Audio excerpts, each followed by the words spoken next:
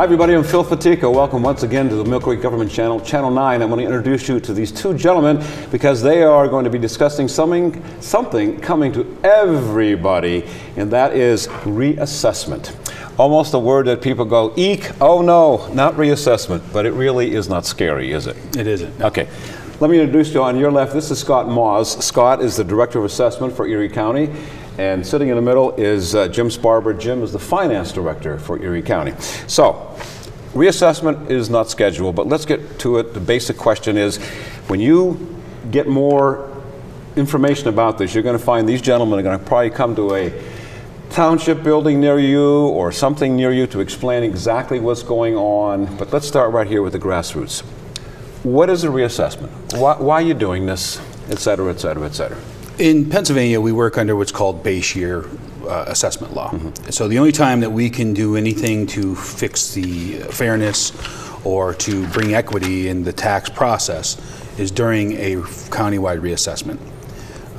We completed a countywide reassessment 10 years ago. It's been 10 years. 10 years. Yeah. A lot of people went, whoa, 10 years. 2003. 2003, yeah. And the purpose of it is that at this point we take a look at everything in the county and we fix inequity where we find it, we fix data problems where we find them, and we update the models to develop a new value to a current state. The theory being, if we're keeping our values current, it's easier to keep them fair and equitable. And there's a key phrase that I have in my notes: reassessments are blank intended to raise revenues. And that key word there is not. Not. That's correct. They are revenue neutral. Is that intent? That's the law. That's correct. That's correct. That is Per correct. Act By 1. statute. Okay, got to hear that again. Say that again, Jim. By statute. You cannot do reassessments to raise revenue. That is correct. All right. Now, it's a complicated question, there's no doubt about it, and everybody looks at their own particular reassessment and go, holy smoly, what happened here? Or, wow, this is pretty good. Or, yeah, I expected that. Jim, you mentioned, how do you do this? I mean, every piece of property in Erie County, how do you do that, Jim? That's What happened? 123,000 parcels. 123,000 parcels. Has been a very large undertaking. It's taken years in terms of planning, staffing. Scott and his people, I think, have handled it very well, and the proof of that will be coming out very shortly. But they literally look at every parcel. They look at sales in that particular vicinity over many years. They look at neighborhoods. Some neighborhoods actually appreciated in value over the last 10 years. Some actually lost value over the last 10 years. They take all that into consideration, and they're assigning what, in the county's opinion, are fair and correct values to each and every one of those properties. Okay, so it's not fair to say then, well, my brother-in-law lives down in Berks County and he's only paying $2 here, and up here you're charging me $140. That's not a fair comparison. No. No. It's not, because we work in county-wide reassessment. Okay, so it's apples to apples. Correct. Okay, so the big question is, what affects the value? And according to my notes, I have 4 checkpoints, and they are, Scott? We have 4 basic principles that affect a property's value. The type of property that it is. Type of property meaning home. Whether it's a residential property or what its use is. Okay. Whether it's commercial, the location of that property. Location, location, location. Correct. Yep. The desirability. Sure. If there's a demand, obviously the value is, or the price is higher. Yeah. And again, supply and demand. Supply and demand, right. So, knowing that there are 4 checkpoints for the values of property, where do the property values come from? Let's take residential, for example. I have a home and I want to sell it for $2.6 million, and you come out there and go, well, I don't think so. You know, that's just not going to fly. I mean, that's just way out of the question. So, how do you get that property value for residential?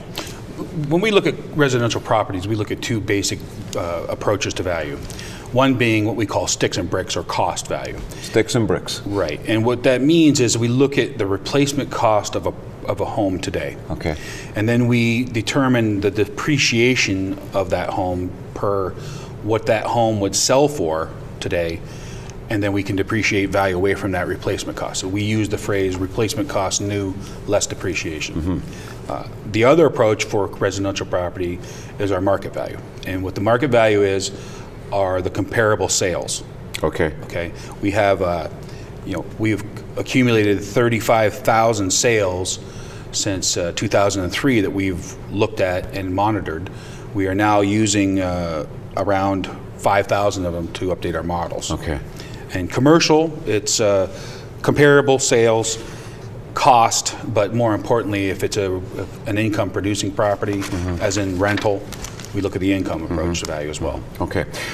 Now, there's another page to this because obviously what affects the land values besides this. By the way, can you put a figure on, is there a construction cost square footage that people say, well, that's about average, and that's a little low. I mean, that's a little, or does it all depend again on location, desirability? It depends on many. It depends on many things. It Yeah. depends on the type of construction. It depends on the quality of construction. Right. On an average, we're basing it around $85 a square foot for the middle of the road residential home, and they adjust up or down from that depending what it is. Okay, so what affects the land values? And again, I think we're into residential and commercial. Let's take residential. Let's take high traffic areas. Jim, I mean, I think that would obviously be an easy answer. Certainly. Residential, yeah. High traffic area.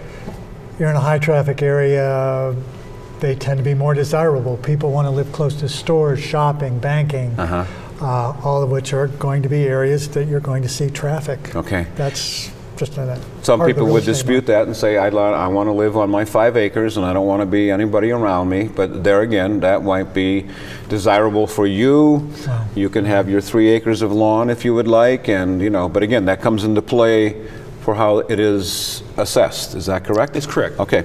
Now, what about the topography of the land? I want to live right there overlooking the lake, and I want the cliff there, and does that come into play? Certainly, absolutely. Yeah. Take a drive down South Shore Drive, and you won't see any what I would call shoddy homes in that neighborhood. Yeah. Obviously, that's a very desirable place to Okay. live, and people with a lot of financial resources can afford to live there. And I would assume that it's residential, commercial, both things. I mean, if you want a business, you want it in a high traffic area. I'm old enough to remember when Peach Street was not Peach Street, there above, I don't know, above where? The Miracle Mile. Yeah, where the Miracle Mile, yeah. Remember when it was a barn up there? Barns and farmlands, yeah, right. Now, then there's some term here that I'm not familiar with, primary site for both residential and commercial. How do you determine that primary site designation? Let me take this one. Basically, what we're looking at, the difference between the two, I think, is what we're after. Residential properties tend to be, the use would be to build a home. And we look at that, and the version of value would come from its desirability as a home site, as a place to live. Commercial properties, we look at the ability to do business. What can you do there? And the location comes into play. A high traffic area in commercial, you want it, high traffic area. If you're in the retail business, obviously, that's going to benefit you. If you're looking at residential, and the high traffic areas may be a detriment. In a residential, you don't want a lot of traffic by your home. No, that's the argument people make when they come for like rezonings. They'll say, you're going to bring more traffic into our neighborhood. We don't want that traffic. That's why we moved here in the first place. That's right. Yeah. The assessors on our end, we have to take all of that into effect as we place value on these, on the land. And we weigh it out as to how it pertains to what you want to do with the property. Okay. How in the heck, either one of you, toss-up question here for double jeopardy, how can you possibly visit all these properties? 123,000. I mean, that's a lot of legwork. I'm going to need to give you a little history. In 2003, in the last reassessment, we went door to door, and we knocked on every door to try to go through the homes. We had an entry rate of about 21%. Because we were doing this reassessment on our own, and we wanted to do it as efficiently and cost effectively as we could for the county and for the taxpayers of Erie County, we have developed a new way of going about this. And what we've done is we have purchased a flyover through a firm that allows us to look at the properties, to measure the properties, and to see the differences. Actually fly over? Actually fly over and take a photo of every property. A plane, helicopter? A plane. Photographing? High resolution. High resolution. Photography. They even have software packages that they have this visual of the outline of your home from an earlier flyover. The new flyover will superimpose that and actually highlight differences. Say, for example, if you were to build a deck onto your home, and maybe no one from the street can see that, it will show up and that aerial photography, and that is something we will take into account when we're doing a value. Okay. So what we were doing is undertaking this reassessment as an assessment office on our own. We needed to streamline that process. This software that we're talking about allows us to cut down on the actual properties that we know have changed. So in our case, we have roughly 123,000 parcels in Erie County. When we ran this software, which is called Change Finder, we narrowed down to actual changes from the last reval to 30,000 parcels. Okay, so what we've done is we reviewed every one of these properties one by one. We can measure the home from the air, it's accurate within 6 inches. We can take a look at all of the area around it, and the ones we couldn't get through the the flyover, we then went out and visited physically. Physically visited? Yes. Over the last couple of years? Yes, last 3 years. This just didn't start up this past weekend. No. This has taken a long run up to. We've been working on this project as it is currently for 3 years. Okay.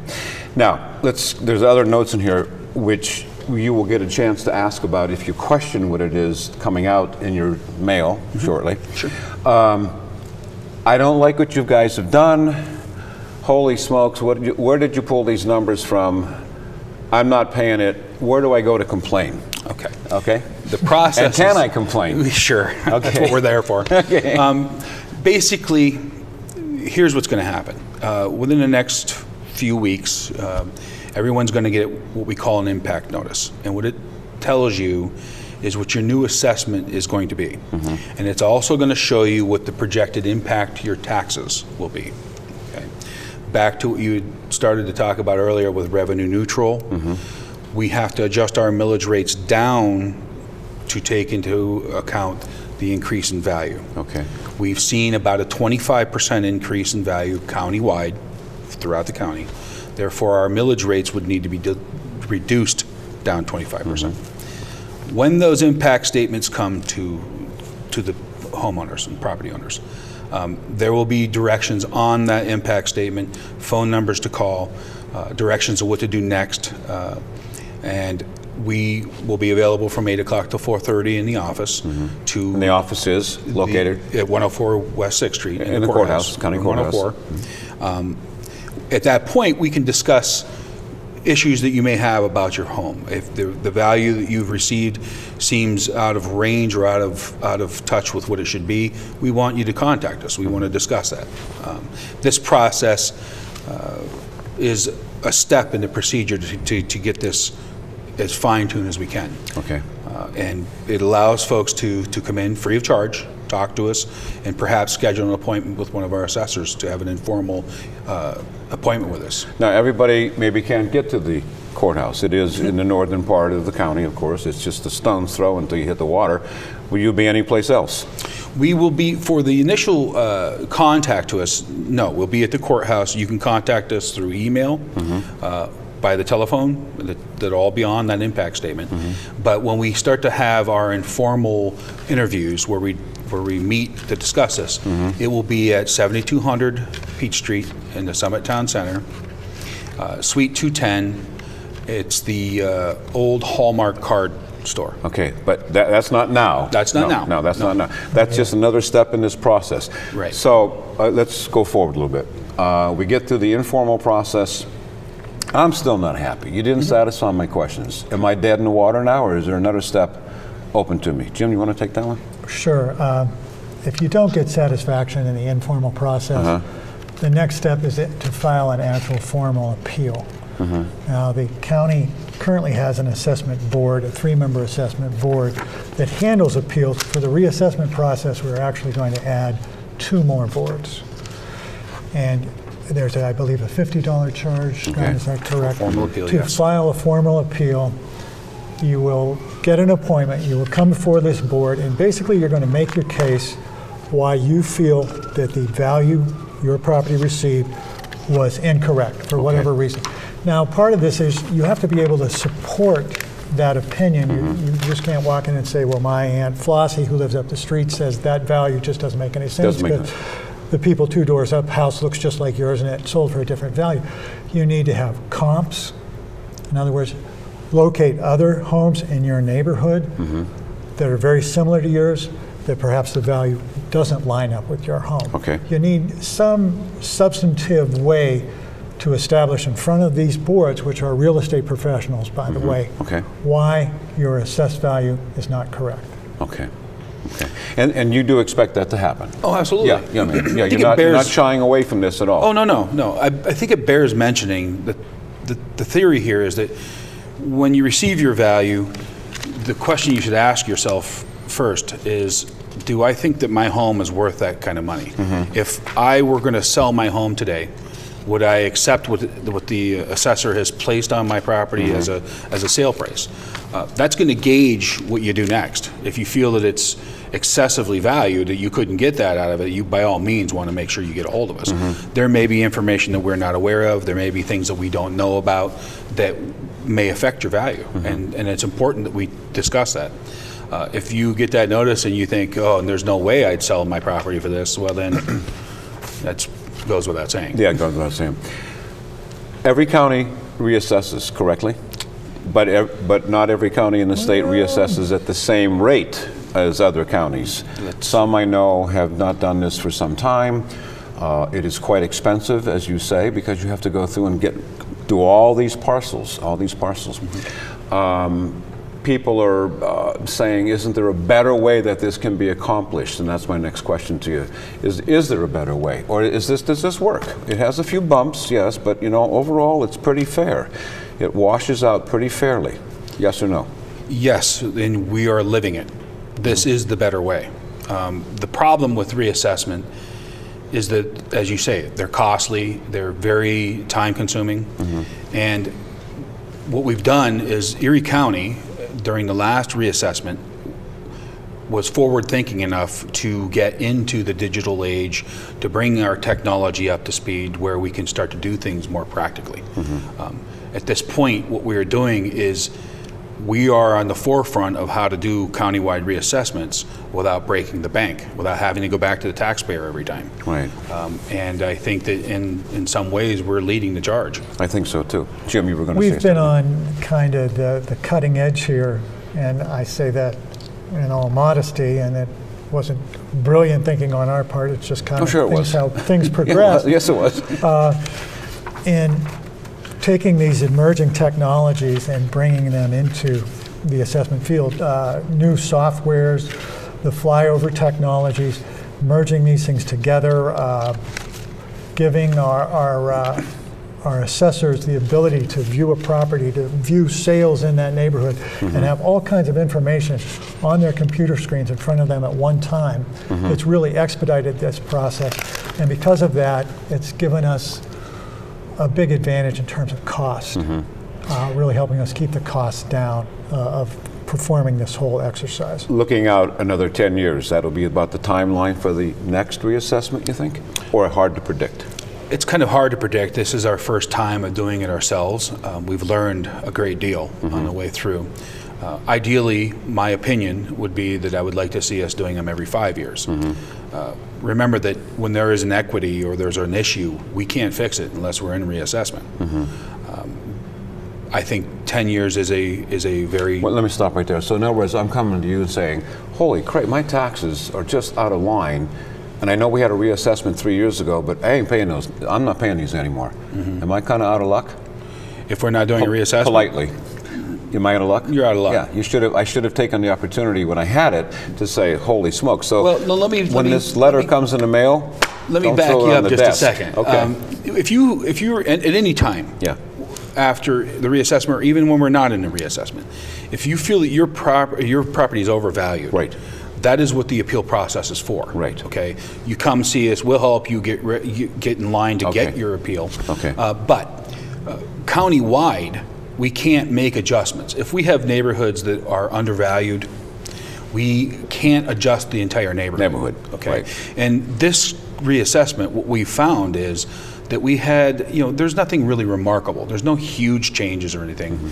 But what we do have is areas where we needed to maybe increase value on land and decrease value on buildings. We had them out of whack. We can't do that in any other time but in a reassessment. Okay. Just to clarify, Please. there is an appellate process for individual homeowners that's available to them throughout the year if one particular property owner, but as Scott is saying, in terms of neighborhoods and things along that line, that kind of situation is only going to be dealt with in a countywide reassessment. Okay. Like we're doing now. Again, I want to come back to where we really started is this will be happening very shortly. If by the time you watch this, it hasn't happened to you already, it will be. You will be getting something in the mail, and you better be paying very close attention to that envelope. Don't throw it on the kitchen table and let it sit there for a year, because that's not what you want to do. It is time sensitive. It's dated material, and you have a limit of how long we can wait for you to contact And then us. what happens? If let's say, for example, I didn't get it. The mailman screwed up. They got a new guy and woman on my route, and I didn't get it. What do I do? Well, unlike the last reassessment, we now have the availability of being able to produce an impact statement again to a homeowner. And we will do so. But so you can't plead ignorance. Can't plead, No. I mean, I don't mean that badly. I'm saying you should get this. That's right. And the thing is at this point we're at the informal stage. Okay. We want everyone involved. We want everyone to know what's happening, and most importantly, we want you to take a look at what we've done with your property. Okay. That's going to clear up any issues we have, or most of the issues we have, long before the formal process starts. So, but coming back to the initial concept here is that, they're raising they're going reassessment because they're going to raise my taxes, and that's wrong, right? Yes. Let's clear up that again. You can't reiterate this enough, I don't think. No, because that's people really will point fingers at you and say, "Gee, many Christmas, what are you doing? You're killing me." I think it's really important that everyone understands what the assessment office does. I try to say this in a very professional manner, but we don't really care what revenue comes into anyone. That's not our job. Our responsibility is to make sure that every property in Erie County is fairly and equally assessed, so that they're being treated the same. That's the key to what we do, because the rest takes care of itself. We're injecting the fairness into the taxing system by making sure that everyone's assessed for what they should be assessed for. Jim? This process, in my opinion, is all about what Scott just said, fairness and equity. And there will be taxpayers in Erie County whose taxes will probably go up. There will be taxpayers in Erie County whose taxes will go down, and there will be a few that stay the same. That's part and parcel of the process. But what we're trying to do here is make sure that those values are accurate, fair, so as you have neighborhoods go up and neighborhoods come down, if you don't reassess, these inequities just tend to get worse and worse. Right. So we're trying to put everybody on an even playing field. Scott Maas from the Director of Assessment, and Jim Sparber, who is the Finance Director for Erie County. You're going to probably be seeing a lot of these gentlemen in the next couple of weeks or months. If not at the courthouse, you're going to probably be seeing them up at Summit Town Center, because they're going to be there to answer your questions along with other people who are going to come in and say, yes, we made a mistake. Yeah, we were wrong on this one. Or no, we're pretty right on this one, at least we think we are. And you're going to probably see, when you go to these events, a presentation that's called the Erie County 2013 Reassessment PowerPoint. Is that correct? So people can understand what it is that went on. Scott, thanks for being here. Jim, thanks for being here. Thank you. Thank you for being here. Don't forget, check your mail, because it's coming to a neighborhood near you. I'm Phil Fatica. Until next time, take care.